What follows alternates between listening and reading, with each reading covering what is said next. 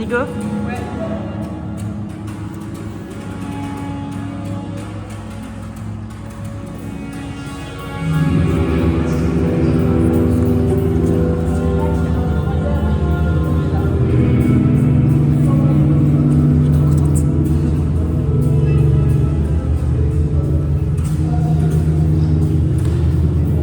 J'ai l'impression d'être dans un clip de Justin Bieber.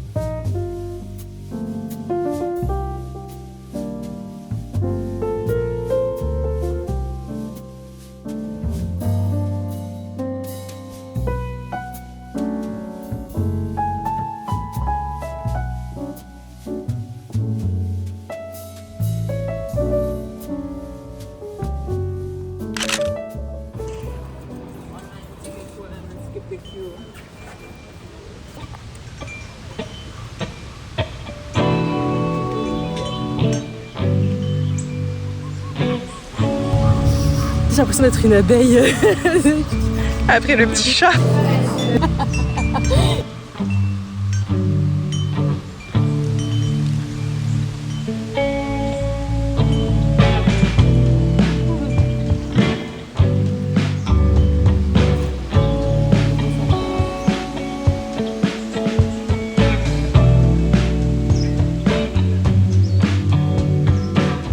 Ils sont comme ça. Et toi, tu l'attendais pas là?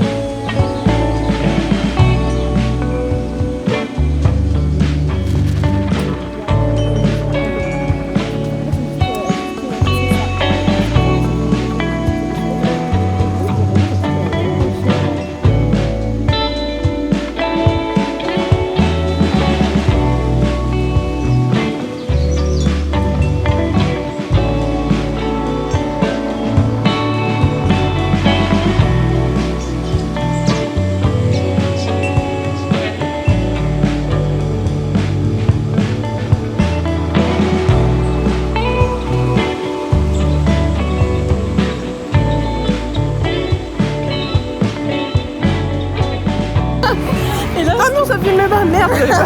Je suis vraiment nulle. Donc je refais.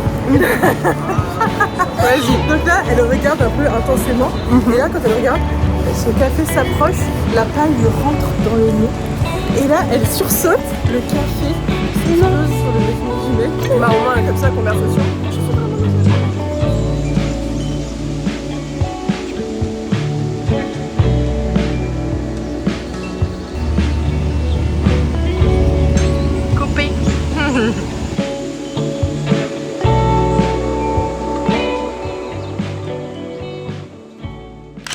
Et bonjour le vlog.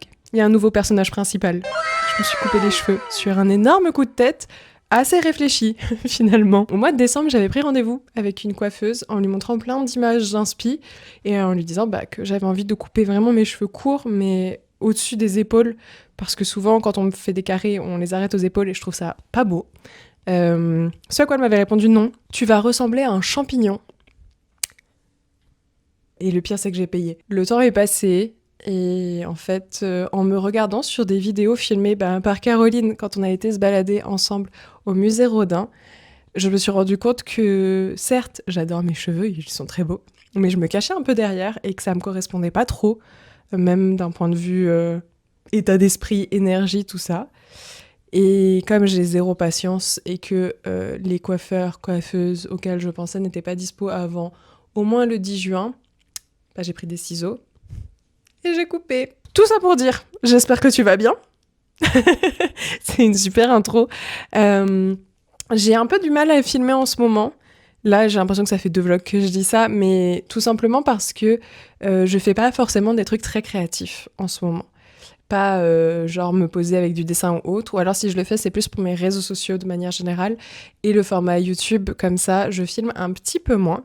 Mais pourtant, il s'est passé des trucs très chouettes là ces derniers jours. Et déjà, j'ai eu la chance et l'immense privilège d'être invitée à une soirée influenceur au Grand Palais avec le Centre Pompidou pour leur exposition Ilma af Klint, une artiste suédoise hyper novatrice puisque quand tu regardes ses œuvres, tu te dis peut-être qu'elles doivent dater des années 70 ou qu'elles sont contemporaines, alors que la meuf a peint ça en 1906, 1907, 1908, 1909, jusqu'en 1912 je crois, un truc comme ça. C'est hyper impressionnant. Il y a toute une démarche ésotérique / spirituelle / presque religieuse derrière, un rapport aux esprits, à la nature, aux femmes hyper fort. Je t'invite d'ailleurs à voir le documentaire Arte avant d'aller à l'exposition parce que ça va donner un autre éclairage, mais la scénographie est splendide, ça rend vraiment justice aux œuvres, ça les met super bien en avant. Il y avait aussi l'expo Matisse qui était ouverte, ça m'a permis d'y refaire un tour. Pareil, je sais que là pour le coup elle est vraiment prise d'assaut, mais si t'as l'occasion d'aller la visiter, n'hésite surtout pas. Surtout la salle jazz, elle est incroyable, c'est vraiment trop beau. Et puis, je te parlais de mes cheveux et du musée Rodin. Je sais pas dans le montage si je vais pas te mettre les images un peu avant, ce serait quand même plus logique, mais en tout cas, avec mon amie Caroline, on a été au musée Rodin, à la base pour profiter de la fraîcheur des jardins, mais aussi parce que moi, j'y avais jamais mis les pieds. Je t'avoue que c'est pas du tout un musée coup de cœur. Quitte à faire un musée de sculpture à Paris, je te conseille plutôt le musée Bourdelle, qui est pour moi l'un des plus beaux musées qui soit. Le musée Rodin, il est dans sa scénographie un peu... Je sais pas, il y a un truc qui manque en tout cas. Et en plus, c'est Rodin, donc je t'avoue que voir des plâtres de très jeunes femmes se faire enlever / soulever à une main par des très vieux monsieur, ça me met jamais très à l'aise. Sinon, bah écoute, là, je filme... Alors, sans petit éclat sur l'écran, déjà j'ai enfin changé ma protection, il était temps, j'attendais de la recevoir, mais j'ai aussi acheté un trépied, un vrai trépied, pas une ring light éclatée, donc c'est pour ça que je peux filmer ici par exemple, mais surtout je vais l'utiliser pour essayer de faire des photos, j'ai une idée de shooting en tête, pour un visuel pour annoncer la nouvelle saison du Clo-Clo Club, même si le podcast effectivement est moins prioritaire. J'aime bien à chaque fois faire une petite photo d'annonce aussi pour la nouvelle saison. Ça va pas changer la cover qui est de Salomé Alfonsi. Donc là, j'aimerais bien faire un shooting justement en plongée, pour le coup, avec la grande toile qu'on avait peinte pour la cover au sol, des éléments créatifs un peu éparpillés partout autour, moi au milieu avec des écouteurs qui tendent vers le haut du coup. Je sais pas trop ce que ça va donner, si je vais avoir la place de le faire, mais j'ai l'idée en tête, assez précise. J'ai même pas de mood board, juste... j'ai envie que ce soit un peu années 2000, j'avoue, dans l'esthétique, quitte à m'amuser là-dessus. Ça rentre un peu dans... les rêves que je peux avoir musicales en ce moment. Et j'écoute beaucoup Nina Girachi, Okelou, plutôt cette vibe-là, c'est pour ça que je dis années 2000, quand même dans l'approche. Et le visuel, pour moi, il doit s'inscrire un peu là-dedans. Donc on va voir ce que ça donne. J'ai jamais fait ça en termes de shooting, ça va être assez marrant.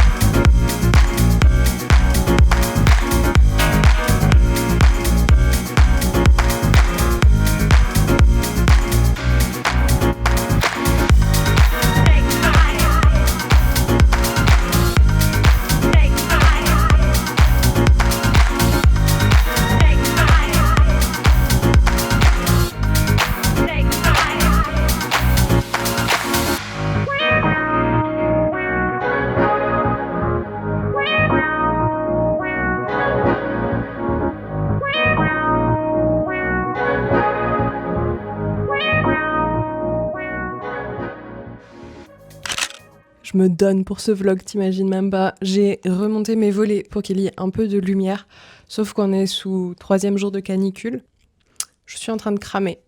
J'ai très hâte de pouvoir le redescendre et revivre dans le noir pendant toute une journée. Et encore, je dis ça, mais hier, j'étais en vadrouille dans Paris toute la journée. J'ai fait des boutiques avec une de mes amies qui était de passage à Paris. C'était trop chouette. On a fait notamment des boutiques de parfums. Et elle est assez intéressée par le monde du parfum de manière générale.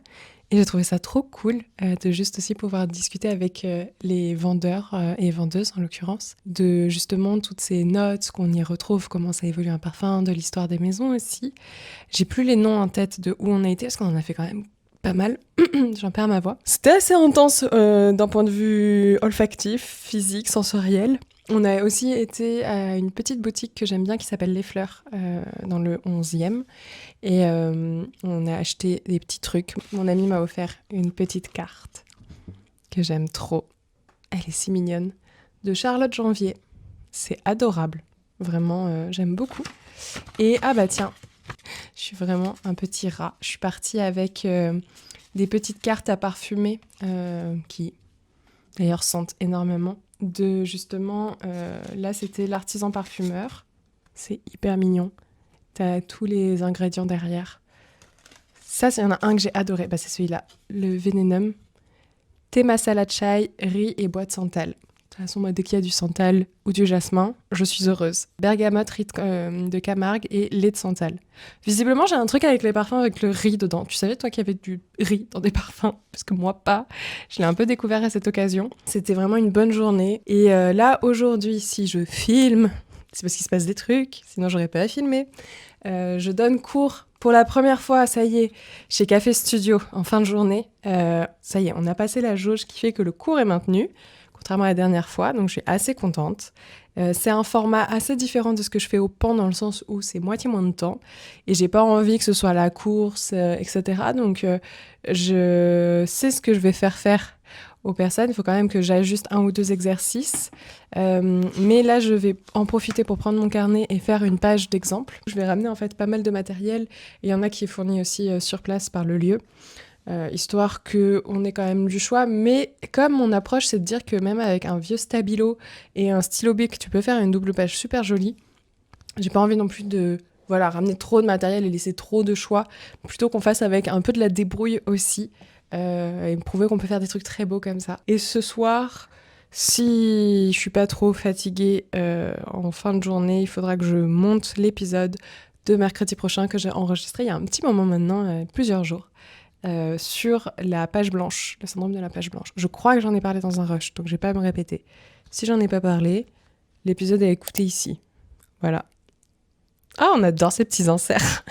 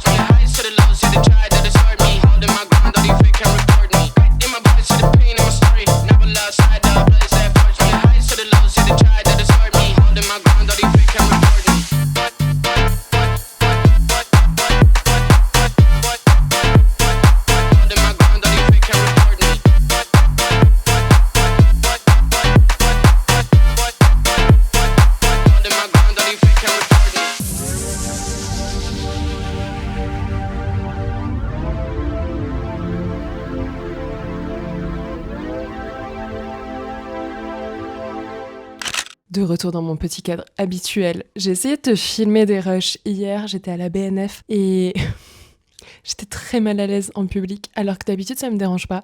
Mais là, entre le vent, la fatigue, parce que j'avais eu un après-midi déjà assez chargé, et le fait de tourner en plein air pour la première fois avec le micro, j'étais un peu impressionnée. Là, aujourd'hui, je vais au Palais de Tokyo pour une soirée. Ça va être très cool. J'ai hâte de découvrir les expos aussi en cours parce que j'ai pas encore eu l'occasion d'y aller.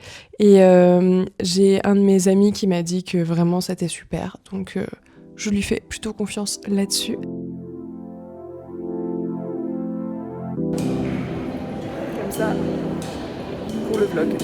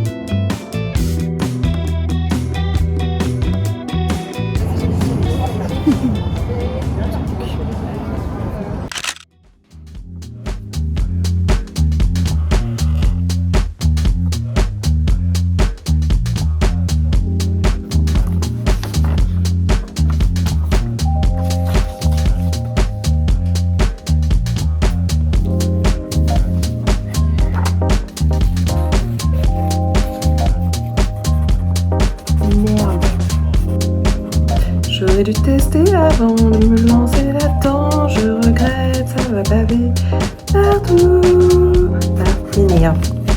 Mais au moins, les citrates de bétaïne, c'est fait.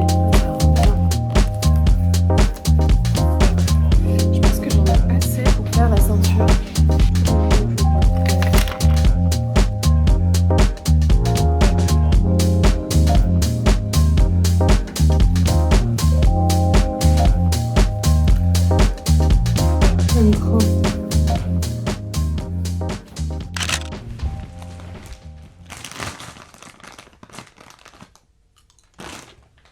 Mais Chloé, il n'y a pas de plan du déguisement finalisé.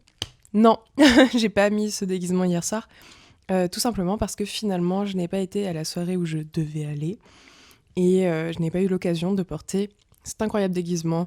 Franchement, qui était canon. Entre la ceinture que tu m'as vu fabriquer, j'avais prévu d'autres accessoires aussi, avec des lunettes de soleil, des trucs comme ça. Ça aurait été très cool. Mais la réalité, et je pense que c'est important de le dire aussi, voilà, de façon plus publique, c'est que j'ai fait une crise d'angoisse hier. Et du coup, j'étais pas en état de sortir. En gros, j'ai préféré me reposer, dessiner beaucoup. Ça m'a fait beaucoup de bien. C'est une autre facette aussi de la créativité finalement. Moi, c'est vraiment mon lieu de ressources. C'est aussi pour ça que c'est nécessaire à mon quotidien. Mais en plus de ça, c'est vraiment un truc qui permet de me recentrer et me concentrer sur moi, de faire redescendre la pression et de passer juste un bon moment. En fait, je vois pas le temps passer quand je fais des trucs créatifs qui me plaisent, avant tout, notamment le dessin. Et c'est vrai que du coup, j'ai fait ça hier soir. J'ai dessiné des petits dessins du palais de Tokyo, de la visite qu'on a faite avec Milena, que j'ai amenée avec moi. Et j'ai aussi commencé à faire un peu le storyboard global, le découpage global. Pas encore le storyboard dans le détail, mais en tout cas le découpage par page et par case de l'adaptation du texte que j'ai écrit du coup pour le concours où j'ai pas été retenue en BD. Parce que plus qu'un fanzine, en fait, je pense que ça va être un petit format BD assez sympa. J'ai calculé, avec une mise en page là très grossière, on serait sur genre une 40aine de pages, ce qui peut être très chouette comme premier petit objet. Donc j'ai hâte de pouvoir y accorder du temps, pour le coup, et faire des choses qui me font plaisir. Encore une fois, c'est un luxe de dire ça. Mais voilà, donc du coup, ces dernières 24 heures ont été un peu plus en demi-teinte. En vrai, je suis pas encore tout à fait remise de cette crise d'angoisse, parce que ça a un impact sur le moral. Et si la créativité peut m'aider à travers de tout ça, et écoute, ma foi, je suis très contente de pouvoir te partager ça ici, de cette manière. En tout cas, voilà, c'est aussi pour montrer que je ne suis pas qu'une petite pile électrique qui fait 8 milliards de trucs très stylés. J'ai aussi des petits moments où ça fait comme ça. Ça fait beaucoup comme ça dans la vie en général. Et c'est ok, en fait. Et juste, faut l'accepter, fonctionner avec. Et puis, qu'est-ce que je peux faire pour que ça n'arrive plus de cette façon, en tout cas ? Voilà. un peu les sujets du moment. Pas très fun pour terminer le vlog, mais pour terminer sur une note un peu plus positive quand même. J'ai terminé Pereira Prétend. Tu te demandes très certainement de quoi je suis en train de parler, c'est normal, j'avais pas d'autre endroit où le mettre dans le vlog parce que j'ai coupé quand même quelques trucs, je parle beaucoup trop, et du coup je te le mets juste là, ça fera tout à fait sens ensuite, promis. Je suis en train de lire actuellement un livre que j'avais trouvé, un don par une librairie qui se débarrassait de pas mal de bouquins, de Antonio Tabucchi, comment est-ce que ça se prononce ? Aucune idée. Ça s'appelle Pereira Prétend. Et là aussi, c'est un livre d'actualité, mais pas dans un sens égocentré, plutôt dans un sens sociétal, puisque c'est un ouvrage, alors visiblement de référence, une œuvre emblématique de la résistance au totalitarisme et à la censure. Et ça se passe à Lisbonne en 1938, dans la rédaction d'un journal. Enfin, c'est l'histoire d'un journaliste, en partie, pendant la guerre civile espagnole, la montée du fascisme en Italie et le salazarisme au Portugal. C'est assez intéressant, franchement. Je sais pas trop où ça va me mener. Je l'ai commencé il y a pas si longtemps. J'ai déjà corné quelques pages que je trouvais jolies. Mais un tour de force, en tout cas, je trouve, dans la narration qui m'a surprise et qui m'amuse un peu, et je me demande si je vais m'en lasser ou pas, c'est que le titre, Pereira Prétend, c'est le point de départ du livre. Pereira prétend qu'un matin, gna gna gna gna. Et en fait, le Pereira Prétend, on le retrouve partout dans la narration. Tout du long, à chaque fois qu'il se passe quelque chose, il y a un moment où on nous dit Pereira prétend qu'il a répondu ça, Pereira prétend qu'il est descendu dans la rue. T'as l'impression, en fait, que c'est le... J'oublie mes mots en ce moment, c'est terrible. Le procès verbal. T'as l'impression que c'est le procès verbal de ce fameux Pereira, et qu'en fait, on est en train de juste retranscrire tout ce qu'il a pu raconter à la police ou devant les juges, ce qui est lié à la thématique, quand même, justement, sur la montée du totalitarisme et les exactions, en l'occurrence de la police et des politiques, dans ce livre-là. Je sais pas trop, du coup, comment ça va se terminer, où ça va et autres, mais je trouve que l'écriture est agréable, pour l'instant. Et je retrouve Lisbonne, surtout, qui est une ville que j'aime énormément.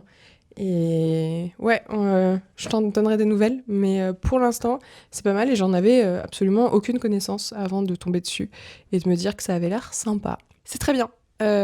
C'est lent et faussement... Il se passe faussement rien. En fait, il se passe beaucoup de choses. Il y a beaucoup de sous-entendus, il y a beaucoup de réflexions aussi, donc politiques, philosophiques. C'est un livre qui est intéressant parce que l'évolution de son personnage principal est très subtile et en même temps, il y a plein de choses du début que tu vois pas et que tu comprends que par la suite. Tu commences à avoir un nouvel éclairage qui se crée et ouais, je trouvais que c'était assez intéressant. Et là, dans la foulée, je le cherche du regard parce que je l'avais avec moi tout à l'heure dehors. J'ai commencé, du coup, Evenings and Weekends. Et c'est très drôle pour le moment. Je me suis déjà marrée en 10 pages 3-4 fois. Marrée dans le sens c'est malin. Et il y a des jeux de mots. Et moi, les jeux de mots, c'est ma came. Donc c'est assez prometteur. Enfin, ça commence bien, quoi. Je t'en dirai des nouvelles dans le prochain vlog, je pense. Et voilà. C'est bien de terminer sur des petites notes littéraires. J'ai pas trop parlé d'autres découvertes culturelles. En vrai, il faudrait que je fasse une petite vidéo peut-être dédiée à ça, parce qu'il y en a beaucoup. Et du coup, je te parle un peu de ce que j'ai là sous la main, au compte-gouttes quand j'y pense. Mais je parle pas beaucoup de musique, je parle pas beaucoup de films, de séries et trucs comme ça. Parce que vraiment, sinon, ce serait des chroniques dédiées. Et c'est pas trop mon rôle, je pense. Et je vais te laisser. N'hésite pas à t'abonner au Clo-Clo Club, à me rejoindre aussi sur les plateformes de podcast parce que je continue de publier un épisode toutes les 2 semaines. Et là, il y a eu la reprise avec la nouvelle saison et un épisode que j'ai fait sur le syndrome de la page blanche que j'adore. Je le trouve trop cool. Donc n'hésite pas à t'abonner, à me suivre. Pareil sur YouTube, sur Insta, tout ça. Moi, je te dis à très bientôt pour un nouveau vlog et bye!